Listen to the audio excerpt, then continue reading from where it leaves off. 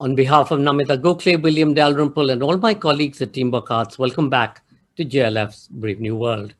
This is a special news series, The Voices of Faith, which we will broadcast over the next few weeks. Our magazine partner for this series is The Week, Journalism with a Human Touch. With the onset of the festive season, what better way to mark the eternal fight of good over evil than to discuss one of the greatest pieces of Indian literature, the Ram Rajya, then and now. Pavan K. Varma and Pragya Tiwari in conversation, presented by the Kamini and Vindi Banga Family Trust. Tulsidas Ramcharitmanas is one of the greatest lyrical compositions in Indian literature. Written in the 16th century by Tulsidas in Awadhi, which was the language of the masses rather than Sanskrit, it broke away from literary tradition and made Lord Ram more accessible and relatable to the layperson. The Ramcharitmanas has highlighted Lord Ram's immense faith and belief in the concept of Dharma. The ideas of the utopian society that Lord Ram strove for within these verses has since then generated the notion of Ram Rajya, which has been described as the most ideal combination of governance and righteousness together. Author, politician, and former diplomat Pavan K. Varma's latest book, The Greatest Ode to Lord Ram, Tulsidas Ramcharitmanas, is an ode to the great importance of wisdom and knowledge that shines through the entire text. Pavan K. Varma is an award-winning writer, diplomat, and now in politics, where he was till recently an MP in the Rajya Sabha and earlier an advisor to the Chief Minister of Bihar. He is the author of over a dozen best-selling books, including Ghalib, The Man, The Times, The Great Indian Middle Class, The Book of Krishna, Being Indian, Becoming Indian, and Chanakya's New Manifesto. He has served as ambassador in several countries, including Bhutan. He was the director of the Nehru Center in London, the official spokesperson of the Ministry of External Affairs, the Director General of the ICCR, the Indian Council of Cultural Relations, and the press secretary to the President of India. He's currently the National General Secretary and National Spokesperson of the Janata Dal United. In 2018, he was conferred an honorary doctorate by the Sri Sarada Institute of Indian Management for his book, Adi Shankaracharya, Hinduism's Greatest Thinker. His latest book is The Greatest Ode to Lord Ram, Tulsidas Ramcharitmanas, Selections and Commentaries. Pragya Tiwari is a journalist who has written extensively on politics, identity, policy, and culture, and edited publications including Tehelka, The Big Indian Picture, and Vice. Together, they discuss the foundations of Ram Rajya, what it signifies, and its enduring place in Indian polity. To remember, all our sessions are available on our Facebook page, JLF Litfest, and on our YouTube channel, Jaipur Litfest JLF. Please do remember to post questions and comment by typing it into the comment section below. And these will be sent off to Pragya, and she will ask them of Pavan Varma at the end of the session. Ladies and gentlemen, the Ramcharitmanas, then and now, Pavan K. Varma and Pragya Tiwari in conversation, presented by the Kamini and Vindi Banga Family Trust. Pragya Tiwari, Pavan K. Varma, over to you. Thank you so much, Sanjoy. And once again, a very warm welcome to all of you who have joined us tonight. I have had the opportunity of being in conversation with on forums such as this with Pavan Varma ji a number of times, and it's always a sheer delight and an honor. But this particular conversation is particularly special to me because we are here tonight to discuss his new book on Tulsidas Ramcharitmanas.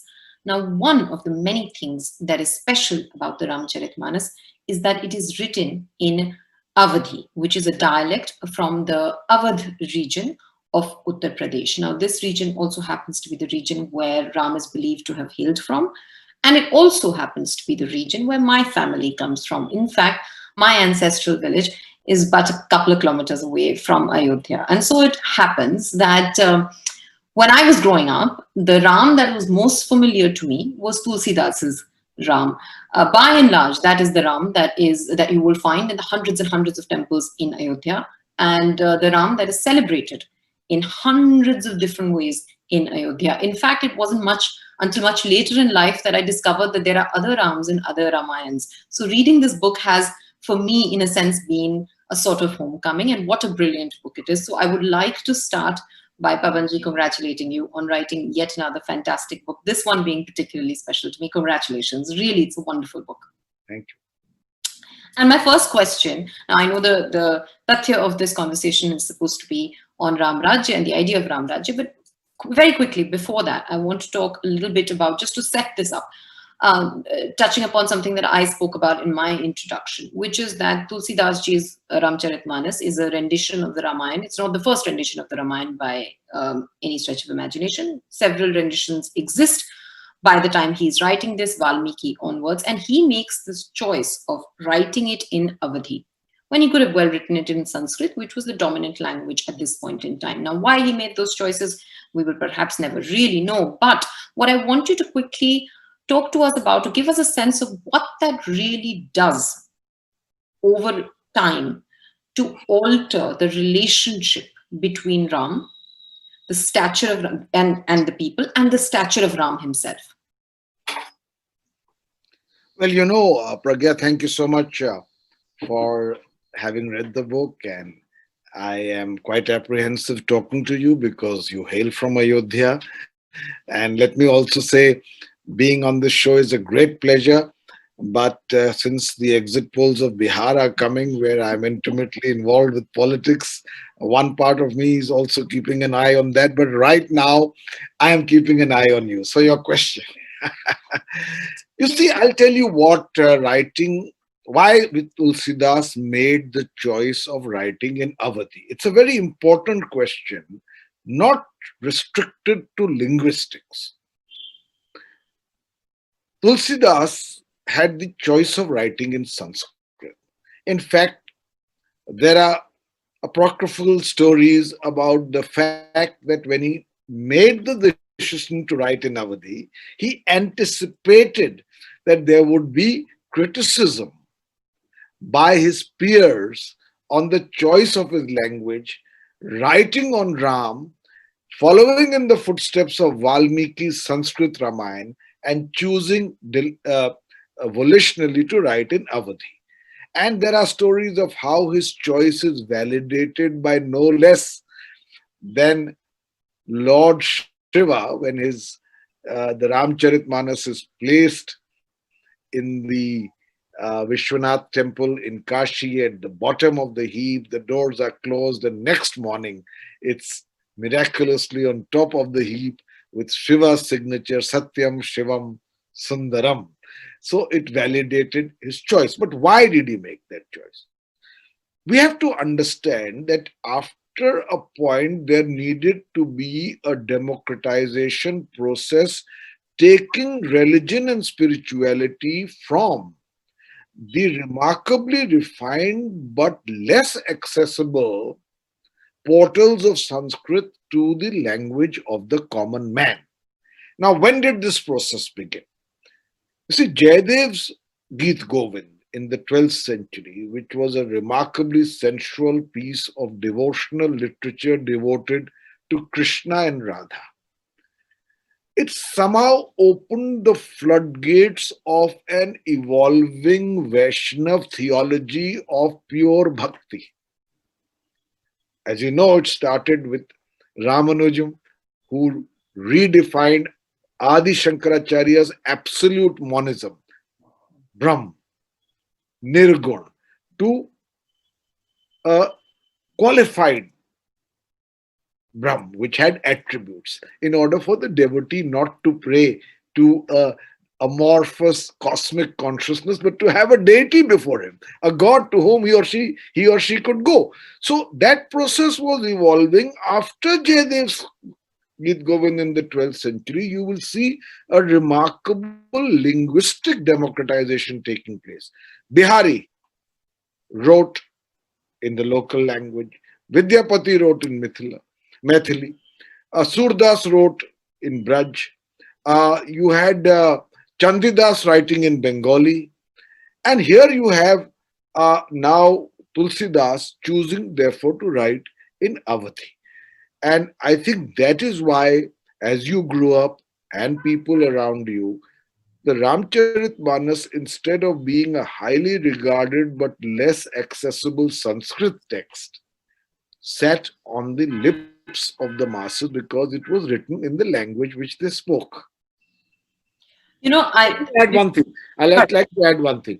You see, after Islamic, the Turkic invasion by foreigners, the syncretization took place much later. They were foreigners who were proselytizers and conquerors. There was a very severe and pervasive attack on Hinduism. Not only physically, but it was psychologically traumatizing because they came with the idea of destroying a culture and destroying a religion and believing in the superiority of their faith when they came initially as conquerors. Now, Hinduism, as it had flourished along known and conventional paths, had to find other means to rejuvenate itself, to draw strength from the people, to spread out from gain a mass base for its own survival. And the entire bhakti movement is actually one of the reasons is that Hinduism had to find ways to survive and to reinterpret and invent itself. so, just very quickly, I want to, before we move on to Ram and Ram Rajya, I wanted to, to go into something that you mentioned, which is that, to my mind, there are two reasons why Ramcharitmanas becomes such a darling of the masses. One is, of course, the language. The other is its sort of essential propagating of prapatti, of surrender, and it being an exemplar of bhakti movement, right? And bhakti is something that Tulsidas, in a sense, uses to bridge that, or settle rather, that forever debate that had been going on between Nirgun and Sagun schools of thoughts. I want you to talk a little bit about this aspect, because at least to my mind, like I said, it's also a very important element of why, in a sense, in a sense, Tulsidas gave this Ramayana to the people. You see, Hindu philosophy, and I will talk at greater length when we discuss only that aspect, but to sum it up for you, Hindu philosophy had this debate between the Nirgun concept and the Sagun concept. And as I just mentioned briefly, the Advait school, which believed in this all-pervasive, attributeless cosmic conscious Nirgun Brahm, was a very powerful school. And it is still the substratum, the template of belief of that ultimate truth being immanent, omnipotent, omniscient, all-powerful, supremely intelligent in you and me, in everything animate and inanimate. But as I mentioned to you, it's too dry a concept for devotees. And Ramanuja, typically of Hinduism, by the way, it was not done by fiat, but by discussion and by philosophical interpretation, if I may say so. So typically, Ramanuja came along after that and came up with Vishisht Advait, which did not negate Brahm, but said that if Brahm is that all-powerful, it can also express itself with attributes. I'm not going into details. Then came Madhav, then came Nimbarkar, then came, later with the full-blown bhakti movement, there was Vallabhacharya, then there was Chaitanya, and Tulsidas fits into that mode. Now, what Tulsidas was an intelligent man. He did not want to get in his veneration for Ram, into the philosophical quibble of Nirgun and Sagun. And the reason why he devotes so much time and space in the Ramcharitmanas to this question is that they were both very real and living philosophical concepts that needed to be synthesized. And so, as part of the Bhakti movement, what does Tulsidas do? A remarkable sleight of hand. He says, Aguna Sagun Doi Brahma Sarupa, Akata Agatha Anadi Anupa. Both are the same of manifestations of that one Brahm.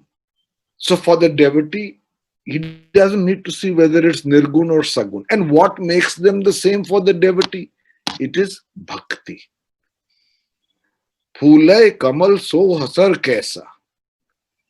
The lotus blooms in the waters. Phulai kamal so hasar kaisa. Nirgun Brahma Sagun bane jaisa. As though Nirgun Brahma has become Sagun. And he says very clearly that it is bhakti which, he says, alak arup ajjoyi, alak arup ajjoyi, bhakti prema bas saguna ho joyi. Because of bhakti's compulsion, that Nirguna Brahm assumed Sagan properties for the accessibility of the devotee. So that was the concept. So now let's go a little bit deeper into these Sagun properties that you talk about, because the Sagun Roop of Brahma, in this case being Ram, what is this character that Tulsidas makes manifest? Who's this Ram? Who is Tulsidas's Ram? And, of course, we all know that he's Maryada Purushottam, but what does that really mean? Because tied up with his personality and his character is, of course, Ram Rajya, which is an extension of him. So before we come to that, who is Ram? Who is Tulsidas's Ram? Ram is, in the eyes of Tulsidas, the perfect human being. So here we have divinity taking human avatar with those attributes that conform to the highest ideal human imagination can conjure for the ideal human being. And that is why he's supposed to act not in the throes of passion alone. He's supposed to be always balanced. He's supposed to be always correct. He is always the epitome of rectitude. He will act in conformity with what is and also perceived to be the right thing to do.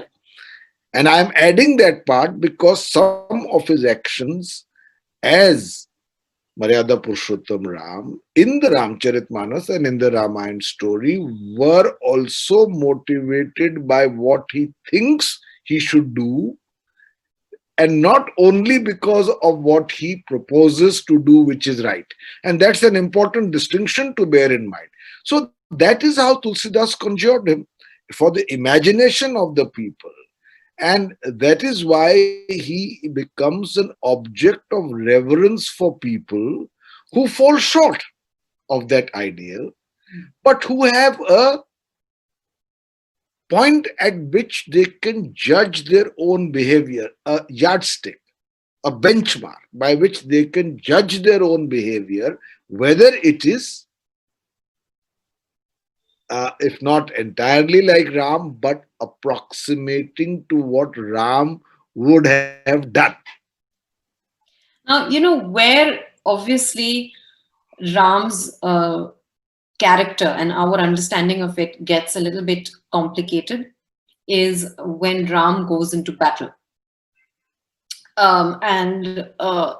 What is driving him is an idea of justice. What is driving him is perhaps not vengeance for what has been done to him or his wife, but an idea of a just war. Now, can you help us understand that distinction? And the other distinction that I would like you to help us understand is, the sort of duality, because on the one hand, Ram is in a sort of karma kand, right? He is responding to what is happening to him. He's making those choices, but on another level, of course, he is Vishnu, he is Brahma. And how does that duality manifest itself? How do we reconcile that? And how do we really understand Ram, the aggressor? No, you see, first of all, one of the misconceptions is that Ram is a passive god. Now, let me make 2 or 3 quick points. Ram has taken a human avatar. So he will behave as humans do in a given situation. But Ram, being God, already knows exactly what the conclusion will be, what the middle portion will be, and what the beginning is. So at one level, he's transcendent. At another level, in a given set of circumstances, the purpose of his human incarnation is to demonstrate that choices that he in the form of Maryada Purushottam must make in order to rise to the expectations of his devotees. Now, as Ram, and given one of the attributes of Maryada Purushottam, he is permanent equilibrium. He's equipoise. He's detached. He's transcendent. He's above the fray. He neither goes to war nor wins a war, was never a victim of conspiracy. He is not, because he is. So he's never involved. At another level, he must fight for what is right in his estimation. Now, I want to tell you, and we must discuss this because it's such a fascinating aspect of the worldview of Hinduism. What is right and wrong in Hinduism is a very, very complex and nuanced matter. Dharma. You have to first, I will come to Ram, but understand this concept. Absolutely. You see, in the Mahabharata, when Yudhishthir and the 4 brothers along with him, quote unquote, win Draupadi in a context, Arjun wins her and brings her home. Kunti, without looking, says, share them among you. And they interpret that decision literally. And Draupadi protests.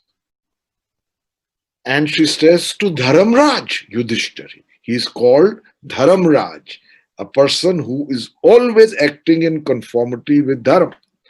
And she says this is against social usage and custom. And it's against morality. And Yudhishthir's reply is most telling.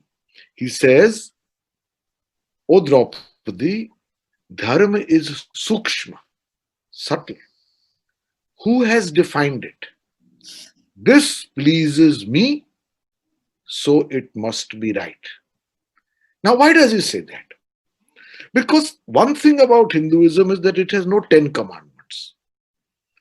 There is no absolute fiat on what constitutes morality. Dharma in Hinduism is about doing the right things, what is called shishtachar, the code of conduct. And there are enough texts starting from the Rig Veda, the Dharma Shastras, and others which define certain basic values that are part of Dharma. But then Hinduism has the courage to derogate from any absolute standard of morality and provide the exceptions of context, circumstance, compulsion, lack of option, the situation, the need of the end goal. Now, Hinduism does this because laws that pertain to human beings are made by human beings. Social usage and custom also varies. What is right as per one society is wrong by another. We see this all the time. So it hesitates to make absolute judgments. And that's why you have so many exceptions or deviations from any absolute code. So, first of all, there is a broad division because in Hinduism, there is a paramarthic reality where you have gone beyond the normal world in the level of your spiritual evolution. In that paramarthic reality, there is no absolute notion of right and wrong. As Shankaracharya says, na punyam, na papam, na saukyam, na dukkham.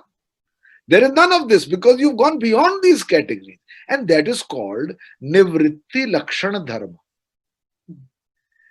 At another level, Nivritti, the liberated, the dharma of the liberated. At another level, you have the Vyavaharik, as against Paramarthik, the Vyavaharik reality, where human codes of conduct matter, and that is called Pravritti Lakshana Dharma. Let me also say there is no word actually for sin in Hinduism. So all that Hinduism says is not sin in the biblical sense. It says there is avidya, error of perception.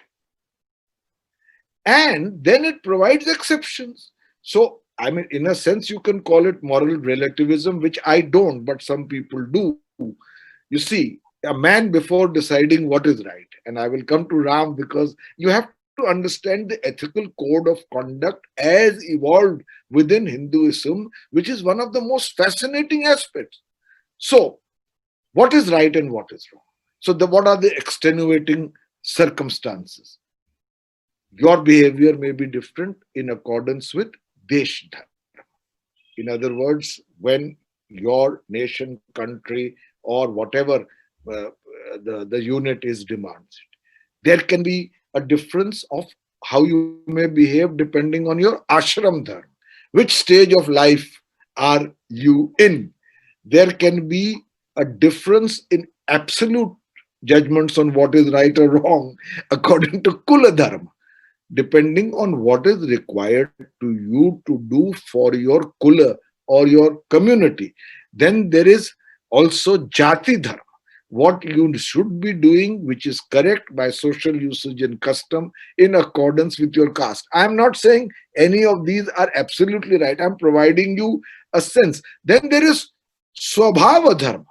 What is your nature by which you will act is also assumed to be to some extent predetermined by your personal character. Then there is Swadharma.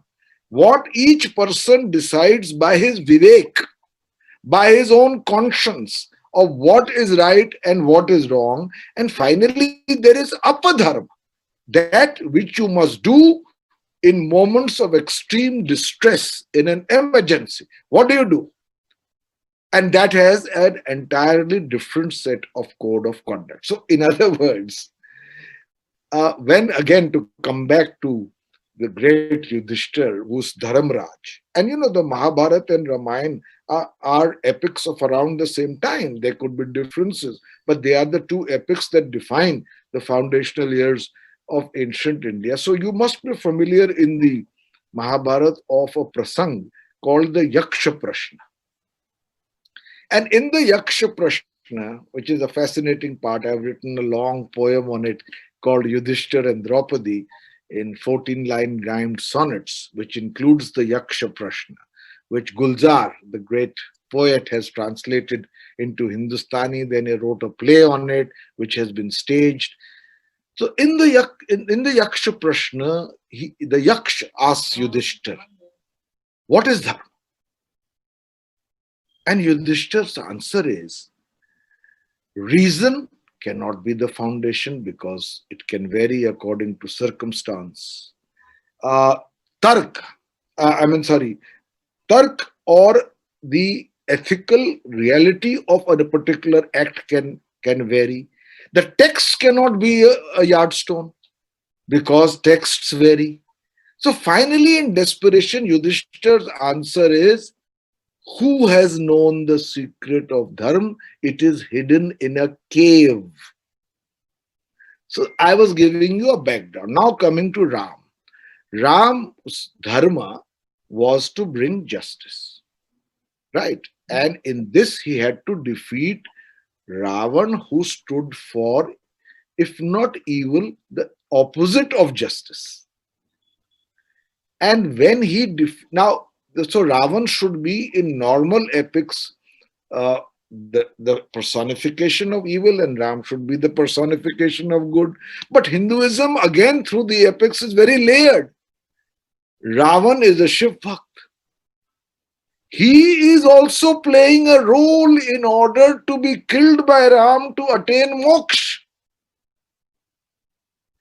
He knows that. And Ram knows that he is doing it in order to provide him moksha. So there is no absolute notion of bad. I mean, when Duryodhan dies, according to the verbatim text of the Mahabharata, the heavens rain down flowers on him. When Yudhishthira reaches heaven, he is surprised to find that Duryodhan is in heaven and Draupadi and his four brothers are in hell. Who is right and who is wrong? Hinduism leaves that question before you in many ways for you to interpret, internalize, decide upon, and to act in accordance with your vivek or conscience, but with minimum injury to others. Ahimsa paramo dharma. Non-violence is the ultimate dharma. This is repeated many times in our epics. So Ram was not a passive god. He could not be taken for granted. He may have been an obedient son, a loving husband, bound by the code of conduct of the prevailing time, but he was not a passive god. So he fought for justice and he defeats Ravan, an all powerful king, and restores justice before returning victorious to Ayodhya.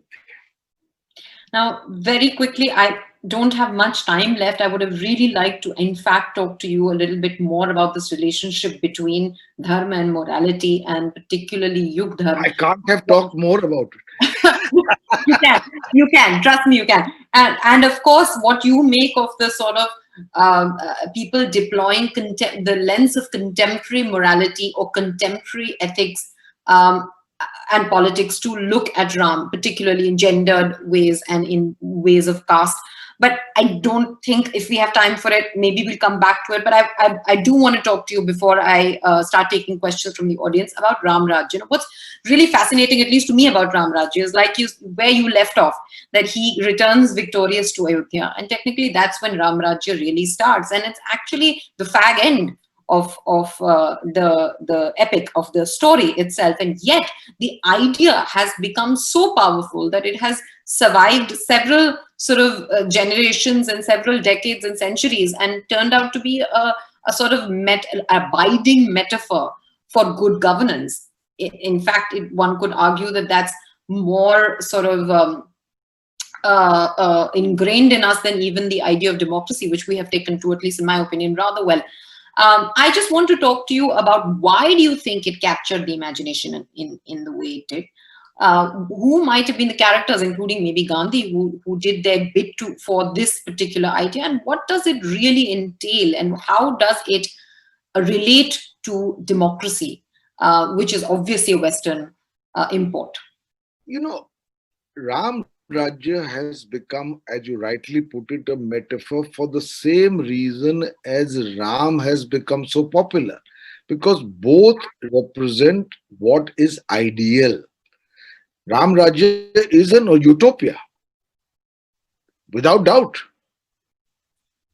It deliberately portrays a society in which there is only good, only prosperity, only welfare, only harmony, only well-being.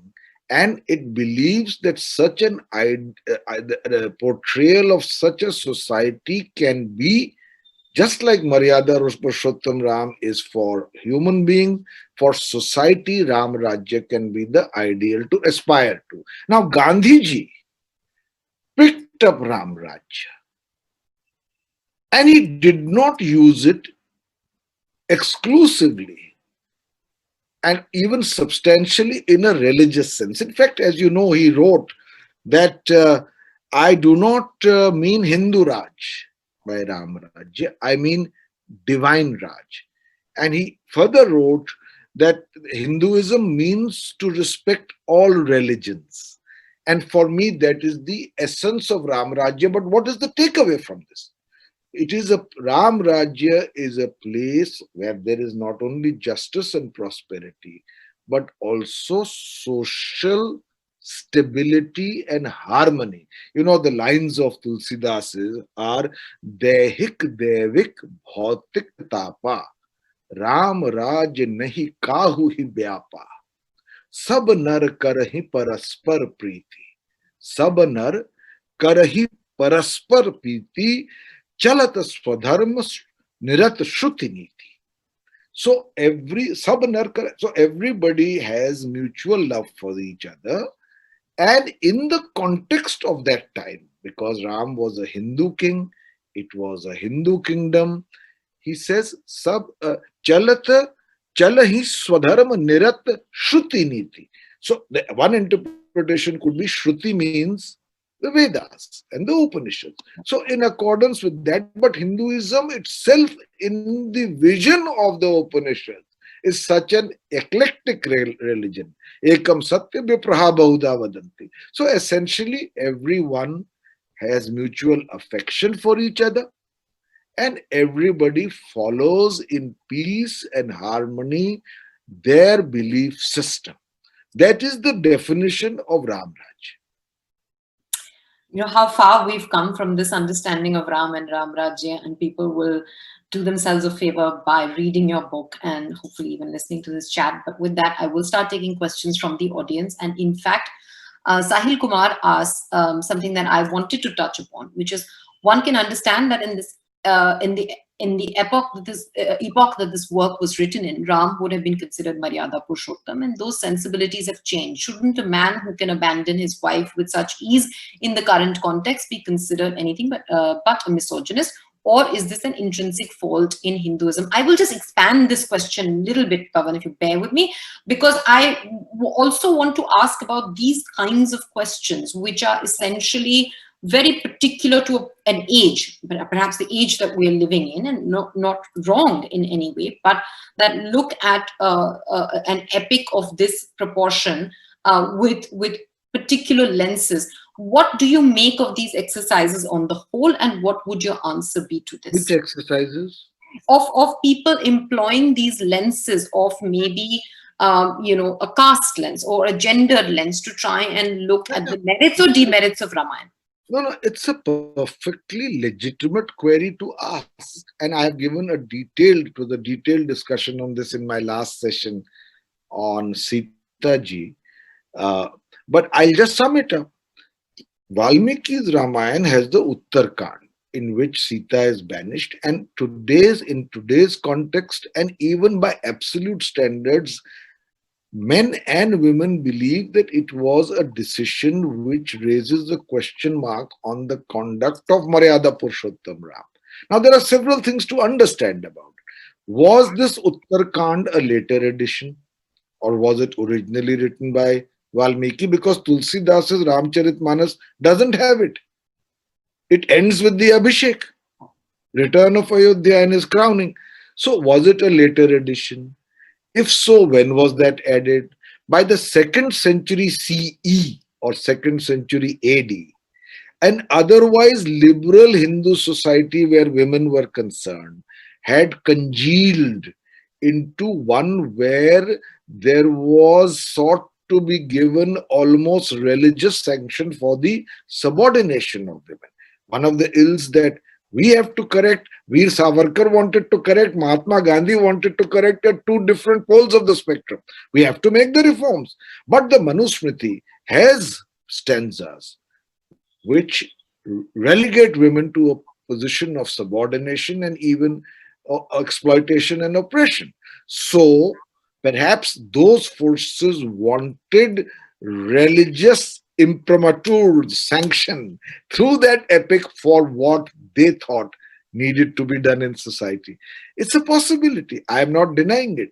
But also we must bear in mind that in the political theory of ancient India, Kautilya's Arthashastra, Shanti Parv in the Mahabharata, at least 5 schools of political philosophy, 13 other authors. I mean, I can go on and on. There are many books on this. There was this notion that the king, although all powerful, Chakravartin Digvijay, was bound by the dharma to do that which pleases his subjects and upholds, sustains, and supports what is perceived to be the right moral custom. So we know from the telling of the story that Sri Ram himself was very unhappy with what happened to Sita, but it was the popular expectation, which I'm not saying was right. If it was during his times, he acted in accordance with it because, incidentally, I want to just mention in passing, our political texts are very, very strong on indicting a king who goes against the popular will of the people. In fact, the Mahabharata explicitly sanctions revolt against a king. In fact, one of our texts says that an only child, an heir, if not worthy, should not ascend the throne. So, I mean, these are aspects, and perhaps Maryada Purushottam Ram, in the writing of Valmiki, if he wrote that particular Uttarkand, was shown to reflect what he perceived to be the popular expectation from him in those circumstances of that time. And then we judge him. But by current standards, much of the criticism is valid. So again, another question pertaining to Ram's interpretation of dharma is from Mitwa Mishra, and she asks that if Ram is assumed to fight for what is right, as you said, Mr. Varma, what exactly did he think of his brother Lakshman violating Shubhranakha? Yeah, I mean, I don't know if we can judge the telling of an epic, which is the story. Shubhranakha also represented the same forces of injustice and quote unquote evil as Ravan did. She was an Asura, she was Ravan's sister, and she is described as a demoness.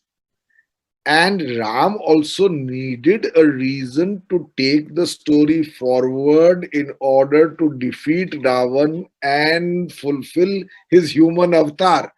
It could not just be by wandering around the jungle. There had to be a beginning. Something had to happen to Swarupnaka. She had to go and tell Ravan, who had to come and abduct Sita. I mean, there is at a human level, the telling of a story, somewhere a beginning had to be made. So, I think that this anecdote should be seen not in terms of a violence done by Lakshman on a woman, because she is described more or less as gender neutral, who becomes a woman in order to entice Ram, but is essentially, as Ravan's sister, a demoness.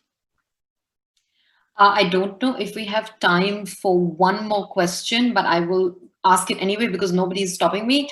I've been told 5 minutes, but I have 3 minutes, which is fine. But it's from Rohini Iyer, and she asked, how would you compare and contrast dishonoring dharma in Ramayana with the Greek concept of hubris?